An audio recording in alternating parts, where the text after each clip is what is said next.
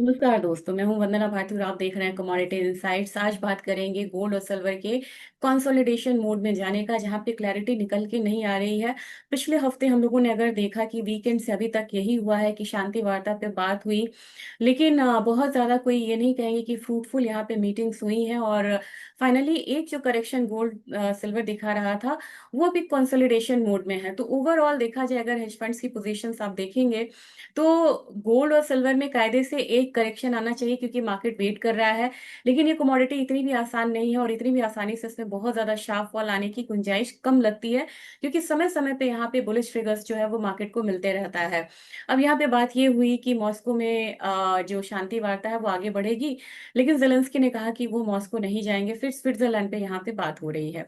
इसके अलावा पूरे हफ्ते मार्केट अगर किसी एक इवेंट का वेट किया है, रशिया और जेलेंस्की और पुतिन के मीटिंग के अलावा, वो था कि जैक्सन होल सिंपोजियम में क्या होता है और वहां पे किस तरीके का जो स्टेटमेंट है ये देते हैं पॉवेल। क्योंकि ट्रम्प जो है पॉवेल से अब यहाँ पे काफी बार मतलब गुजारिश कर चुके हैं, उन्हें थ्रेट भी दे चुके हैं, लेकिन उनका जो स्टेटमेंट है इंटरेस्ट रेट कट को लेके वो काफी इंपॉर्टेंट है।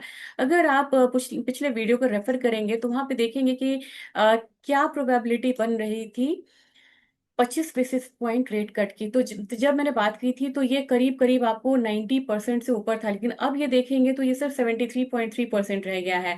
ये कंसर्न है मार्केट के लिए, और कंसर्न इसलिए भी है क्योंकि मार्केट उम्मीद कर रही थी कि जिस तरीके से प्रेशर है, जिस तरीके से टैरिफ की चिंता है, हो सकता है कि पॉवेल यहाँ पे 50 बेसिस पॉइंट भी रेट कट करे। लेकिन अब ये 25 बेसिस पॉइंट का ही एक रह गया है कि रेट कट होना चाहिए। और अगर अगले मीटिंग के बारे में भी देखें तो मार्केट को कोई बहुत ज्यादा उम्मीद नहीं है। सिर्फ 50% लोग ही ऐसे हैं जो बोल रहे हैं कि ठीक है, अगले मीटिंग में भी, अक्टूबर वाले मीटिंग में भी 25 बेसिस पॉइंट का रेट कट होगा। तो ये तो आपको इंटरेस्ट रेट कट की बात हुई। इसके बाद अगर हम एक बार बार चार्ट देखते हैं, क्योंकि क्लैरिटी अभी मार्केट में जब नहीं होती है तो मैं ऑप्शन डेटा को भी यहाँ पे रेफर करती हूँ। अब आप देखेंगे गोल्ड में अगर हम गए तो गोल्ड में ऑप्शन डेटा पे जैसे ही हम क्लिक करते हैं तो पोजीशंस जो है ये क्या बता रहा है। एक तो वोलेटिलिटी पहले से कम हुई है, 14.56% का रह गया है। और जैसे ही हम अगर मान लीजिए कि 50 स्ट्राइक्स को ले रहे हैं, क्योंकि काफी सारे लोग बोल रहे थे कि आप बार चार्ट से एक बार फिर से समझाइए ऑप्शंस के थ्रू। तो एक्सपायरी जो है इसका 94 डेज अभी है। दिसंबर वाला कॉन्ट्रैक्ट है, सबसे ज्यादा वोलाटाइल यही है। और क्या अभी आ रहा है गोल्ड प्राइस, तो गोल्ड प्राइस देखेंगे 3372 के करीब है, यानी कि $9 यहाँ से डाउन है। तो चलते हैं बार चार्ट में देखते हैं कि क्या होता है इस रेट पे। 3370 वाला हम लोगों ने लिया है, तो यहाँ पे तो आपको ओपन इंटरेस्ट तो बहुत कम दिख रहा है।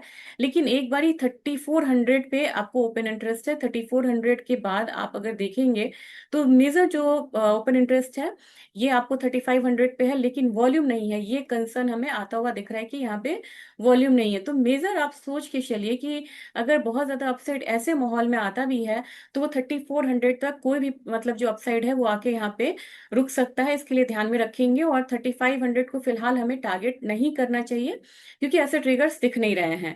वही अगर हम पुट साइड में जाते हैं तो हमें क्या देखने को मिल रहा है कि फिलहाल 3150 पे भी मतलब नहीं। अगर आप देखेंगे थोड़ा सा हम नीचे आते हैं, 3375 की तरफ ट्रेड हो रहा है। तो जैसे ही आप जाएंगे देखेंगे कि सबसे ज्यादा जो ओपन इंटरेस्ट है ये 3300 पे है। तो मार्केट जो है ये $100 में ऑक्सीलेट करने की, यानी कि मूव करने की संभावना ज्यादा है। बहुत ज्यादा अगर आप डाउन साइड आता भी है तो 3250 आएगा। इससे ज्यादा का डाउन साइड मुझे गोल्ड में नहीं लग रहा है। अपने बाजार की बात करने से पहले एक बारी चलते हैं और थोड़ा सा देख लेते हैं चांदी की क्या यहाँ पे हाल है। तो चांदी में देखिएगा तो ऑप्शन कोर्ट्स में जाते ही आपको वोलेटिलिटी ज्यादा है एज कंपेयर टू गोल्ड। लेकिन यहाँ पे अगर पिछला अगर आप याद करेंगे, रेफर करेंगे, तो ये 26-27% तक का इम्प्लाइड वोलेटिलिटी होता था। अब यहाँ पे चांदी में भी कोई बहुत ज्यादा मूव नजर नहीं आ रही है। चांदी कितना ट्रेड हो रहा है, तो चांदी करीब ट्रेड हो रहा है $38 के करीब। तो 38 वाले स्ट्राइक्स पे चलते हैं। 38 वाले स्ट्राइक्स पे बहुत ज्यादा वो नहीं है, हालांकि ओपन इंटरेस्ट यहाँ पे भी है काफी ज्यादा। लेकिन इसके अलावा लग रहा है कि सबसे ज्यादा जो मूव आती है ना, ये 39 पे भी नहीं है। ये सबसे ज्यादा जो आता है ये $40 का आता है। तभी मैं कहती हूँ कि चांदी ज्यादा मतलब तेज लगती रहती है गोल्ड से। यहाँ पे आपको $40 अगर आता है तो $2 की तेजी जो है, तभी मैं कहती हूँ कि 39 पे अगर $38 से ऊपर क्रॉस करता है और क्लोजिंग रहता है ना, तो मुझे 39 से ज्यादा संभावना लगने लगती है $40 की। और $40 के बाद क्या है, $40 के बाद आपको 42 का भी बन रहा है यहाँ पे। 40 देखिए, 40 पे 2419 का ओपन इंटरेस्ट है, 42 पे इतना है। लेकिन अगर हम पुट साइड में जाके देखें तो पुट साइड में 38 के करीब में देखते हैं कि क्या वहां पे है। $37 पे काफी ज्यादा यहाँ पे ओपन इंटरेस्ट है और वॉल्यूम भी है। तो एक संभावना, पहला सपोर्ट हमें यहाँ पे मिल गया कि $37 का एक जो सपोर्ट है वो दिखता हुआ नजर आएगा, लेकिन $36 पे भी एक ज्यादा सपोर्ट है। तो चांदी में $2 ऊपर, $2 नीचे का एक मूव है। और पुट कॉल प्रीमियम रेशियो देखेंगे तो 0.52 है, यानी कि मुझे लग रहा है कि यहाँ पे बाइंग साइड हमारा इंक्लाइन जो है वो थोड़ा सा यहाँ पे रहेगा। और ओवरऑल अब यहाँ पे हम बात करेंगे कि किस तरीके की मूव जो है अपने मार्केट में देखने को मिल सकती है। तो फटाफट एक नजर डाल लेते हैं। डॉलर इंडेक्स अभी बढ़ रहा है तो दबाव तो यहाँ पे दिखेगा आपको।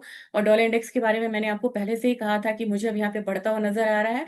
और इक्विटी मार्केट में भी एक फॉल है, और उसकी वजह से जो रिफ्लेक्शन है ये कमोडिटी में आपको गोल्ड पे भी दिख रहा है। तो मेरे ख्याल से गोल्ड आपको 3365 रखिए, और शाम में अगर यहाँ पे जैसी बात आएगी कि इंटरेस्ट रेट कम नहीं होता है या कम करेंगे, तो फिर यहाँ पे आप गोल्ड को गिरता हुआ देख सकते हैं। और नहीं तो फिर अगर उन्होंने कहा कि हम 50 बेसिस पॉइंट या 75 बेसिस पॉइंट कट करेंगे 2025 में, तब यहाँ पे जो है गोल्ड पलट सकता है, यानी कि अपसाइड दिखा सकता है। हमारा बाजार जो है अभी रेंज में ट्रेड हो रहा है, तो मेरे ख्याल से 98,500 ऑन लोअर साइड, और हायर साइड जो है ये 1 लाख के करीब है। और मुझे लग रहा है कि आज शाम में अगर मार्केट गिरती है तो हमारा बाजार यहाँ पे थोड़ा सा गिरता हुआ नजर आ सकता है। हालांकि हमारे बाजार में ज्यादा फर्क इसलिए नहीं पड़ रहा है क्योंकि 2 दिनों से लगातार रुपया यहाँ पे कितना डिप्रिशिएट हो चुका है। यहाँ पे 86.93 से वो आ चुका है 87.48। तो यहाँ पे करीब मतलब 55 पैसा के करीब यहाँ पे डिप्रिशिएट हुआ है। तो मेरे ख्याल से जितनी गिरावट आपको कॉमिक्स में आएगी वो एमसीएक्स में देखने को हो सकता है कि आपको नहीं मिले, और वो नहीं मिल रही है क्योंकि मैं इसको परसेंटेज टर्म्स में भी आपको बोल सकती हूँ। बाहर का जो स्पॉट गोल्ड है वो 0.27% गिरा हुआ है, और हमारे यहाँ जो गोल्ड है ये 0.13% ही सिर्फ गिरा हुआ है। अगर चांदी की बात की जाए तो चांदी जो बाहर है वो 0.17% गिरा हुआ है, जबकि अपने यहाँ चांदी सिर्फ 0.02% गिरा हुआ है, यानी बिल्कुल रेंज में है। तो चांदी जो है $38 के करीब ट्रेड हो रहा है, बिल्कुल रेंज में है। अभी कोई भी यहाँ पे ट्रेंड निकल के नहीं आ रहा है। अपसाइड अगर आता है तो 38.5 तक आएगा, और डाउनसाइड अगर आता है तो 37.8 भी आ जाए तो वो बहुत मुझे लग रहा है। और अपने बाजार की बात की जाए तो मुझे लग रहा है कि चांदी ऊपर 1,14,500 और नीचे 1,13,000 तक रहने की संभावना है। और उससे नीचे अगर आपको लगेगा कि करेक्शन ज्यादा है तो उसके आप 1,12,500 तक मान सकते हैं।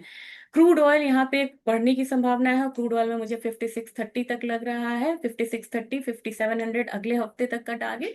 और मुझे लग रहा है कि $65 यहाँ पे आसानी से क्रूड ऑयल आ सकता है। नेचुरल गैस एक रेंज में है, नेचुरल गैस अपने बाजार में भी रेंज में रहेगा। 240 से 254 तक का जो रेंज है वो नेचुरल गैस में रह सकता है। जिंक यहाँ पे थोड़ा सा परेशान कर सकता है, जिंक नीचे की तरफ 263 तक आ सकता है, और कोई डेटा बढ़िया आया तभी हम यहाँ पे वापसी आता हुआ देखेंगे।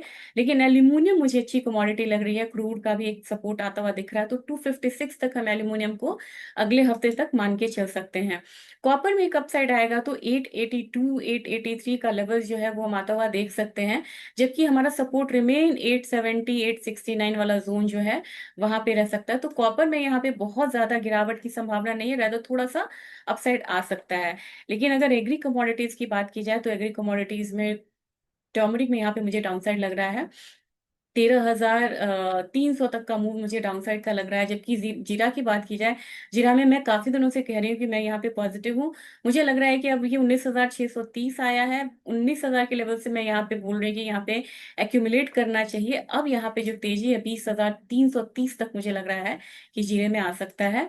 और धनिया की बात की जाए, धनिया में एक करेक्शन मुझे 7,900 तक का लग रहा है, लेकिन ये कमोडिटी स्ट्रांग है।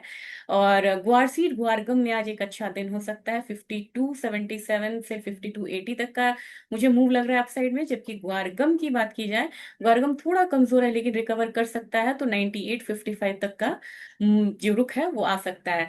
आज यहाँ पे कॉटन ऑयल सीड केक में थोड़ा सा यहाँ पे प्रॉफिट बुकिंग का माहौल रहेगा, क्योंकि काफी ज्यादा अपसाइड आया था एक दिन में। कॉटन ऑयल सीड केक ने कल कितने का मूव दिखाया था? ओपन हुआ था 33.54 पे और क्लोज हुआ था 34.67 पे, यानी कि 100 रुपए से ज्यादा का मूव था। आज एक करेक्शन का दिन हो सकता है, तो 34.25 30 तक मान के चलिए कि नीचे की तरफ आ सकता है, जबकि कैस्टर में बाइंग कंटिन्यू रह सकती है और 67.70 तक का आप उम्मीद करके चल सकते हैं। और रही बात इकोनॉमिक कैलेंडर्स की, तो कैलेंडर्स में बहुत ज्यादा वो नहीं है। आज 7:30 पॉवेल की स्पीच है और 9:30 ट्रम्प की स्पीच है, ये दोनों स्पीच पे ध्यान रखिएगा। और जर्मनी का जो जीडीपी 11:30 आना था वो आ चुका है। ये जीडीपी 0.3% था। ये एक्सपेक्टेशन थी -0.1% आने की, लेकिन आई है -0.3%, यानी कि टैरिफ का जो इम्पैक्ट है वो आता हुआ अब दिख रहा है कमोडिटीज पे। ये आज का वीडियो था। मैं स्पेशल वीडियो भी डालूंगी गोल्ड और सिल्वर पे, और मैं कोशिश करूंगी कि कल मैं जो भी जैक्सन होल सिंपोजियम में बात होगी उस पर एक वीडियो आपको सुबह में या दोपहर में जब जरूर डालूं। Thank you.